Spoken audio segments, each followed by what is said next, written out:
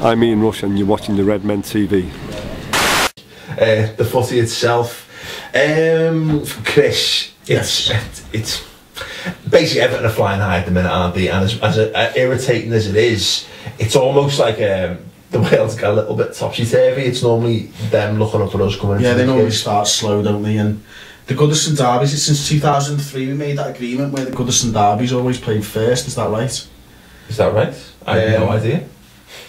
We better check that. But I think there's an agreement or something. Can I just say, Sky maybe should have checked it before actually coming on the show and just saying it. I think it's been drawn that way. I don't think it's. Yeah, I don't think it's an agreement. I heard there was something to do with the television because later on in the season you couldn't guarantee that you'd televise the Anfield Derby. The Anfield Derby because we'd be in long cup runs or in European or something like that. So they always put the Goodison one first. It's only something I read. That's, well, bloody hell, Everton conspiracy theorists, if you're watching this, please do let us know if that's true. Gareth, as I say there, you know, Everton traditionally starts slow in the first half of the season, but they've caught the blocks flying this year. Yeah, they've done well, haven't they, and good results. And like, it was interesting to read from Moyes about, I think he brought them back a bit earlier, didn't he, and sort of got them a bit fitter. I love that's the answer.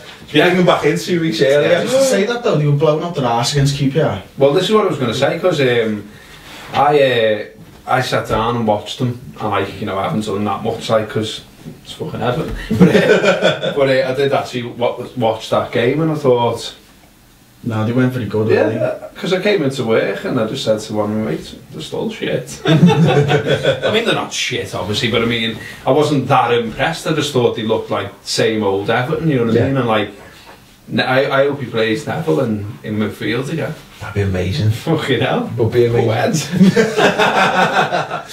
Mike, yeah, I mean, obviously the point is that Everton's form going into the derby is loss, draw, win, and they've drawn the last two, as mentioned. They've just drawn 1-1 against QPR. Get your stats sheets out for you. Yeah, we could have done it a little bit more subtly, like, you know what I mean? So many quiz sheets. Yeah, obviously 2-1 against QPR, but sitting pretty fourth in the Premier League table at the minute. Can't be sniffed at. No, and whisper it quietly about, you know, up until the QPR game, I've been impressed with them as well, the way they play. You know, Moyes has got it drilled into them, hasn't he, that they play in the same way. I think Pienaar coming back, getting back from Tottenham was a master stroke for them, because him and Baines down the left work well. Not financially speaking, yeah. But they should never have got rid of him in the first place, and I think they've got the luxury that we haven't got, and options up front. I think that's it. What a difference a finisher makes. Yeah, well, it's true, isn't it? Yeah. Well, it's. I mean, I know a number of Evertonians, and if you're blue and you're watching this, you know, why? Can we increase their subscription? Yeah. But you know, a lot of the criticisms levelled at Moyes has been that he's been too defensive. It's been very much, you know, the pioneer and student of the 4-5-1. But look at them this season. They've got a wealth of attacking talent there. You're right, Chris, and it's something that has been said about us. It's something that we desperately lack. But the firepower of having obviously Shelvey and having Morales as well there, and even old Victor Freight Train and Chaby's starting to chip in a bit as well. Like. Yeah, I mean, he pulled up on Sunday, didn't he, on the Chaby anyway? What, at the station? I saw he had his hamstring or something on Sunday, so he's a doubt as well as obviously Pienaar suspended anyway, so thank fuck for that. Fellaini's out, and yeah, he's 50-50. Look, Fellaini's been the danger man for them this season, so it's a big loss. You're like sweating there, like, sweating a bit under pressure. Feeling it like. I had the worst shout ever. We just had to cut for the very first time ever because Chris's inability to think before he opened his mouth. May have just landed us with an FHR. Sorry, go on, mate. Phil Thompson tweeted today that he would play Carra in a holding midfield role in the derby. Can only presume he was playing. I seen that. Could only presume he was sniffing the limit at the time. He hasn't got the legs to play in He got quite rightly shot down from all angles. Where is that? Do you reckon he's been like hacked or something? He qualified it a little bit, didn't he? And he said that I just think, like, you know, all the kids going to Goodison, you need like an old head in there, but no. Might I suggest Steven Gerrard? You mean the central midfield player? The central midfield player. Remember Kenny tried that Carra thing? Remember against United? I remember England tried it. What the fuck was that all about? Step on the ball and Carragher, like you mean, have a breather, pop the kettle on and all that. Like. It's a mute point, isn't it? Because Carragher you will play against whatever they're called. And so we won't play. He can't play 2 games in that. Defo, what's interesting, again, the points have been made that Everton have basically been flying so far this season. We had a look at some of the stats. Interesting, obviously, as I say, Everton 4th with 12th, 6 points ahead of us. Looking at the actual stats, not just looking at the league. Interceptions wise, we've had 111 to Everton's 113. Open play pass completion, ours has been slightly better, 86% to their 81%. Total shots, you're dropping off there, mate. Total shots, we've had 108 to 110, but obviously critically they scored 15 goals compared to our 10 and have a shooting accuracy of 45%. That must be one of the top of the league. It's certainly up there with their 33%. I'm just going to skate over that because I haven't checked anyone else's, but thanks for dropping that in, Chris. Total passes. No, it is. I read the stat somewhere else and it said like Everton have got some kind of weird stat going on where they hardly need a chance. It was the same thing, but it was slightly different, worded slightly differently. But the lad who put it up said this is an amazing stat. It's nowhere near the norm. Yeah, and that's one thing I'd qualify it a bit and say, yeah, they've started well, but I don't think they can keep it up. Well, it's Yelovich. It's because he just needs to touch the ball in the 18-yard box, probably as a factor on that. One of the telling stats, because of course, looking at the way Liverpool are trying to play and what have you, but of course, you know, this is a stat on total passes, and it relates to this notion of trying to control the game, whereas just getting fucking results. Like Liverpool have made 1,042 more passes than Everton this season. Yeah, I mean that's a lot. I think that's a fair few more passes. But I think the most telling stat of all, defensive errors. We've made 8 to Everton's 2, and when you consider goal difference, you consider goals, you know, goals scored and goal difference. So that's the difference between us and Everton is basically the amount of defensive errors that have cost us goals, and you know, and so what the point I'm trying to make is, whilst they're obviously flying high in the Premier League, performance-wise, perhaps it does come down to the fact that we've been a little bit unlucky here and there. We've missed chances when they've taken them and stuff.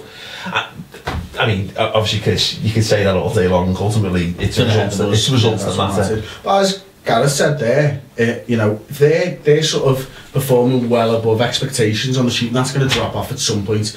You can't ordinarily do that all season, so that's when we sort of pull them back in. Yeah. They have got a very good settled defence.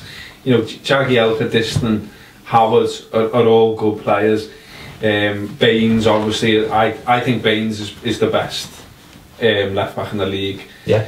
And then and then you got Hibbert. Yeah, exactly. But you know, like 3 out of 4 isn't bad. Like, what a signing this one's been for them. Though, yeah, 4 or 5 years now. I really like Jagielka as well. I think he's a cracking player. He looks a little bit like the forgotten Neville brother, though, doesn't he? Yeah.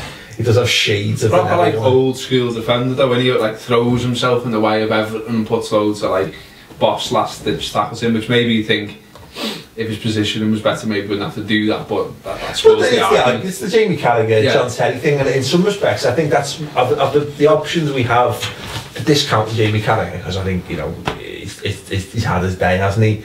Is that in Skertel, Agger and Coates, we don't have a centre-half who does that. It was like, you know, we had on show before, Carragher who did that, he would literally throw any body part he had available. Generally his hand. More often than not his hand or his cock end, like, just to stop the ball going in the net, and it is invaluable, and that's the thing, you know, I mean, you can see it forever, and it's the kind of player I imagine, not being an Evertonian myself, that they love as well, which is why he's so popular. Big question though, Gareth. Tactically speaking, we talked about this on part 1 of the subscriber show about Liverpool perhaps not having a plan B. Historically speaking, we've done very well in the derbies, but you can say Rafa Benitez, Kenny Dalglish, they will change their tactical approach to get a win, to get the most out of this game. Do you think we will just stick to our guns and try to pass them to death? I think we will, but I think that's a boss point, because, and it's exactly what I've been talking about with mates this week, is that Moyes will be all over what we're doing. You know, he can see what we're doing, and like Swansea struggled against Everton, and we're Swansea light or whatever, you know what I mean. And like, you know what he'll do? He'll just do what Stoke did. They'll push us high up the pitch. They won't give us any space to play at the back. And then, like what we were saying before, when we try and, I mean, Rodgers explained, didn't he, in that fan press conference thing about how if they're doing that, you sort of ping passes into midfield. But when we've had to do that, it hasn't worked. Well, it's a different. It's all well and good being able to play passes to feet, but he's talking about maybe going over the top and stuff, which is a different skill. But like you were saying before, you're pinging them at like Sterling. And he's like, whoa, falling into the centre, he's trying to control these jag passes. And so you worry about that. And like, I do think what you said spot on, that if you look at like Rafa in particular, he'd tailor what we were doing to the opposition and like recognise weakness and play on it. Like I always remember when we knocked the Manx out the cup and Crouch scored. And like they were obviously a better side than us at that time. Yeah. But he just got it so tactically spot on, and it was boss, because like, you know, Ferguson was spitting feathers afterwards and all that, and coming, oh, all he did was play it to Crouch or whatever. Whatever, mate, using the next round ticket. Yeah. Like that's, I don't know, I do worry about whether Rodgers has got that in his locker, and like I do think it'll be tough tactics wise. I think Moyes will know exactly what to do, and they'll fly at us like normal, and they'll be at home, and it'll be an intimidating atmosphere, blah blah blah blah blah. The flip side of that though is that he's going to try and diffuse the atmosphere by passing it around them. You know, that first 20 minutes, if we do get our foot on the ball and really sort of slowly pass it around, the atmosphere will probably die off in Goodison, and they'll start getting a little bit nervous and sort of go it that way around. Well, at the end of the day, Mike, they've got more to lose at the minute. Like, I mean, you know, we've got a defeat doesn't really dent us as much, perhaps. But looking at them, they're looking up the table. They're having a great start to the season. All of a sudden, two draws and then a defeat. They're all of a sudden on a bad run of form, you know. Yeah, I mean, it's a nice position to be in for a change, going into the derby as the underdogs. Yeah. So to speak, it's weird. It's a weird feeling, but it's also, there's a little bit of pressure off, I think. I mean, there's pressure that we've got to win, but there's also that thing of, well, people aren't expecting us to win, perhaps now as well. Yeah. Which is what I'm saying, is weird. Yeah. It's unnerving in a way, but also I'm thinking, well, I think. Yeah, I mean, obviously we're still, as we film this, as we always say, we're still the Anzi game between now and then. But we've dismissed that anyway. Yeah, a thrilling Europa League encounter between now and then. Obviously, people have a better idea of who's fit and who's available and what have you. But also because I don't have the trepidation that I normally have in the build to this game. Perhaps it's because we've still got a few days to go before we get there. But yeah, I think there's that. I'm just happy. I just want us to go and see how well our new style of play, how it fits. Because as I say, we've gone so many times. We've gone and sort of matched Everton in some respects, you know what I mean, played quite defensively, looked to it on the counter and what have you, tried to make it quite a physical game, close down a lot. I mean, just to see how, if we can do as Chris suggests, knock it round, see if we can take the sting out of I think the key is the midfield, innit? I think if Fellaini's still out, and Gibson's out, isn't he? Speaking to a lot of Evertonians, Gibson's been a big miss for them. I think if they're going, what with, who was it, Neville and... Neville was in midfield at the weekend, They played Neville centre mid. For a bit of was it Osman with him as well in centre mid, or...? Can't remember now. He was definitely playing at the end of the game, Osman, but I don't know whether he started, to be honest. There's an opportunity there with that midfield to get the ball moving around them, because you haven't got the imposing, dominating figures that Fellaini and Gibson can be. The thing for me as well is like, yeah, they've started well and all that, but we shouldn't be putting them on too much of a pedestal, like, you know what I mean? They're not like fucking Brazil 1970 or something, you know what I mean? They can be beaten. Yeah. And like, you know, like, mate, they got knocked out of the cup by Leeds. I'm like, alright, yeah, they didn't start with the strongest team, but he brought on most of the stronger players. And the finishing 11 was a decent enough side to have been winning at Leeds, and they got beat. And like, I think, did they draw with Newcastle at home as well? Yeah. So it hasn't all been like sweetness and like sweeping everyone aside. They can be got at. And like we were just saying before, like against QPR, they weren't that impressive. They could be got at. And like, you know, they hate Suarez, don't they? And like any defender hates Suarez. And like, I fancy Suarez against Jagielka and this time, because they're both big lads. They're good defenders, but but they're not going to like him with his style, running at them and like knocking it off your shins and you know what I mean, and like turning you and megging you and all that. They won't like that type of thing. And going down on the floor with touch, accentuation, not diving. Let's make that distinction. You've got the Sterling, you've got the kids things to throw into it as well. You've got the Sterling and Suso. They've never played against them kids. Usually they know what to expect from us and they know the players that we've got. I mean, Suso, it's a big opportunity for Suso to have a big game, because if he's up against Baines, who's bombing on all the time, he gets the space. You can see what he can do with a killer pass. I've got to admit, I'm more worried about Suso than Sterling. I think Sterling's already shown he's got the ball. Well, Stoke shows that he can stand up. And like, if you boot him, he's not arsed, and I think he's that confident. And he's scored now as well. You can see Suso getting a kick in the first 5 minutes and maybe going missing. But that's a big test, isn't it? Right, he might not play him. Well, that's interesting. Chris, do you want to give us your potential starting 11? Yeah. If Pepe's fit, I think he's going to play Pepe. Wisdom, Skirtle, Agger, Johnson, Allen, Sahin, Gerrard, Sterling, Suso, Suarez. Interesting, very interesting. Anyone want to make counterpoints? Wouldn't bother with Sahin. I think Shelvey will play into the Sahin. I'm on that. Physical presence in the midfield. Yeah. No, I think I agree with that. Let us know what you think the starting 11 should be. Do you agree? Do you disagree? I think. No, I think I could see Sahin playing. I don't think it's outside the realms of possibility. I think there's an argument to be made that John Joe Shelvey, and we mentioned it about the blood and thunder nature of the derbies, that he is most likely to get sent off in that Liverpool side by a mile. John Joe Shelvey. I think he's also, that's true, but I think he's also most likely to revel in it as well, and be right into it and like know what it's about and get, you know.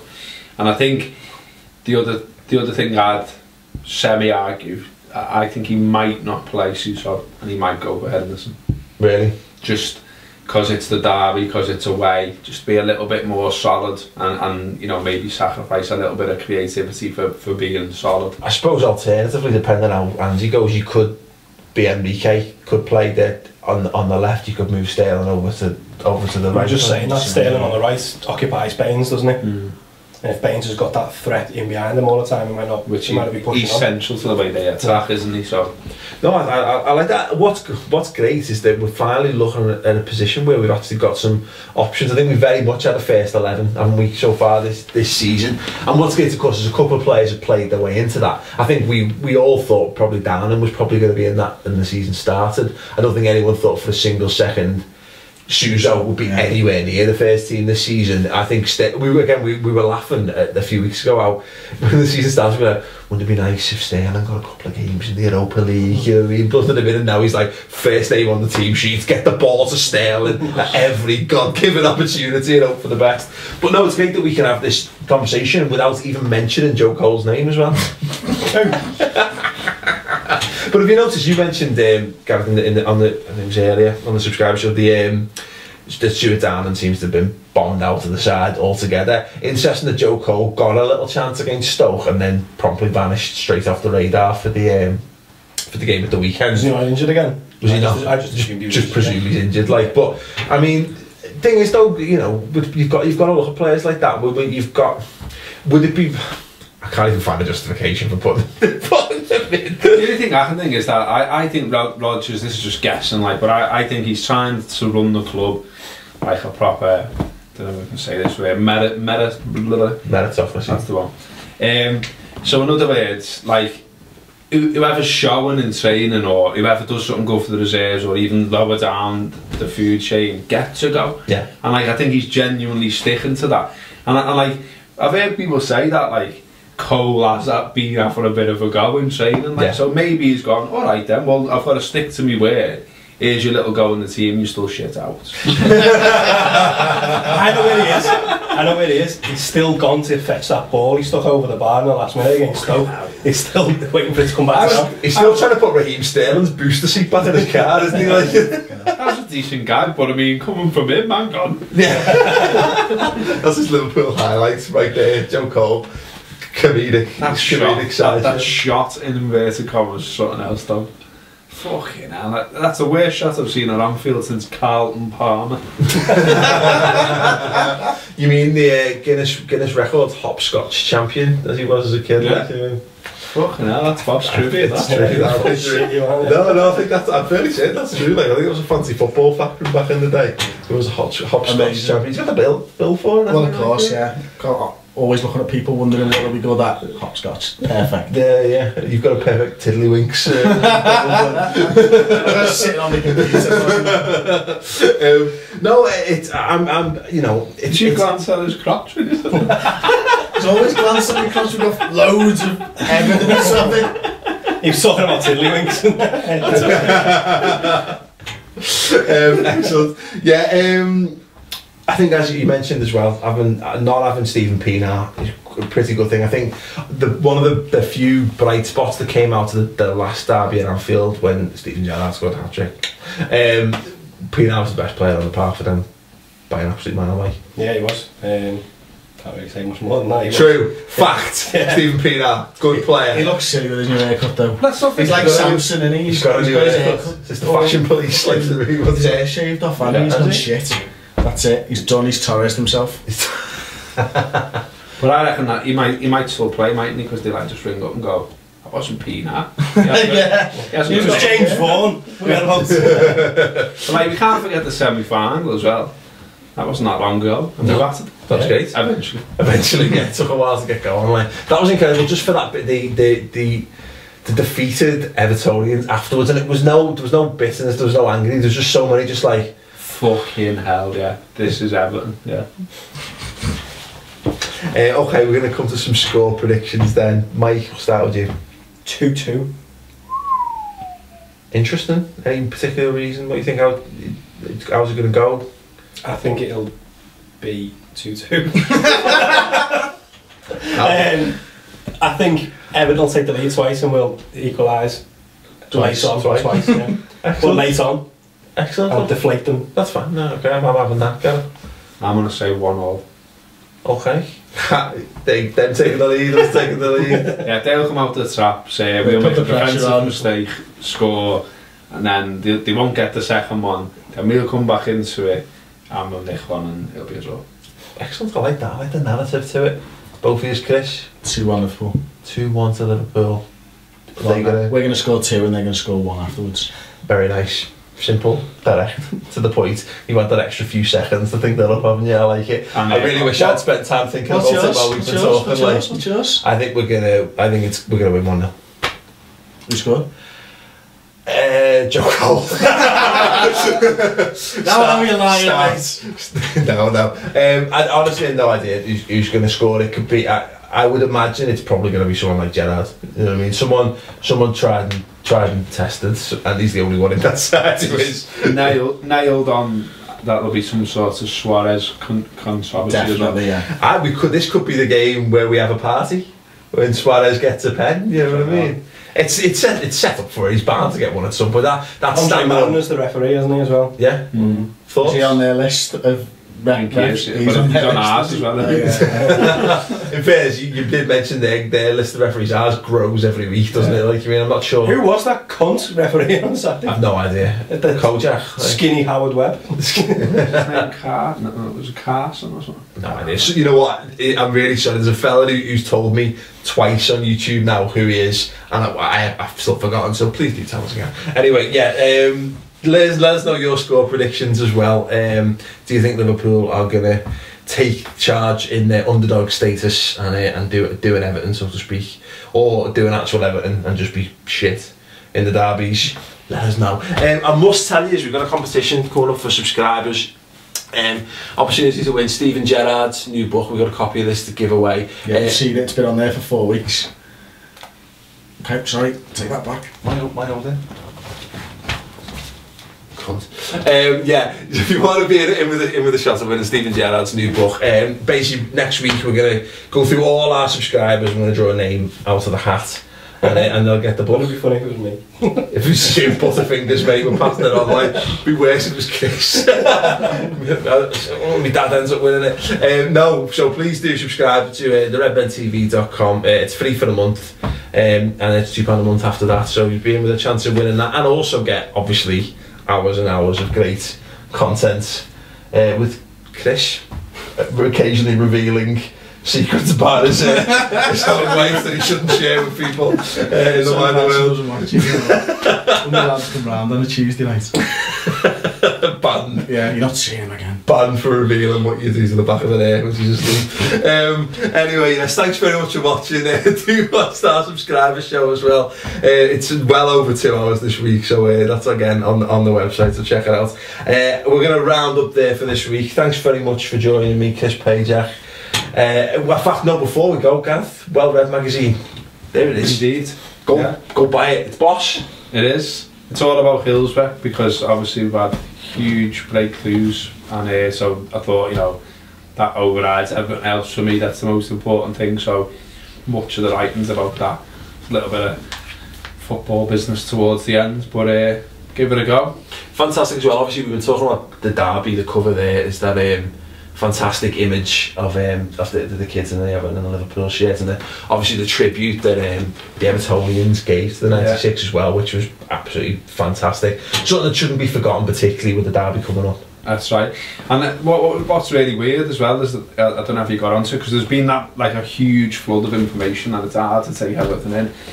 Little thing that stood out was, you know, they played He Ain't Heavy at that tribute at Goodison. Margaret Aspinall said afterwards that that was the last single her son bought her, and there's no way Everton knew. Yeah. It was just pure coincidence.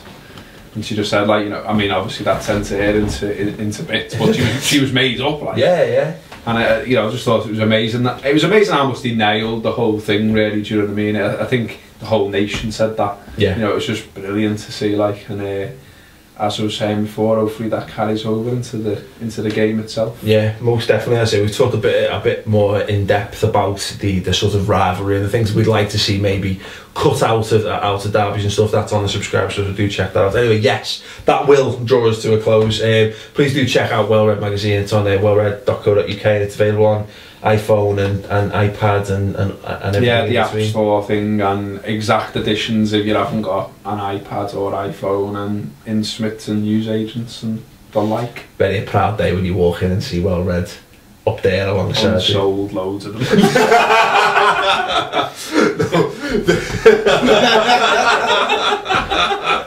No, please do check it out. No, there's only some there because there's loads and they've sold loads and they've got to keep it stocked. There you go, fuck it out.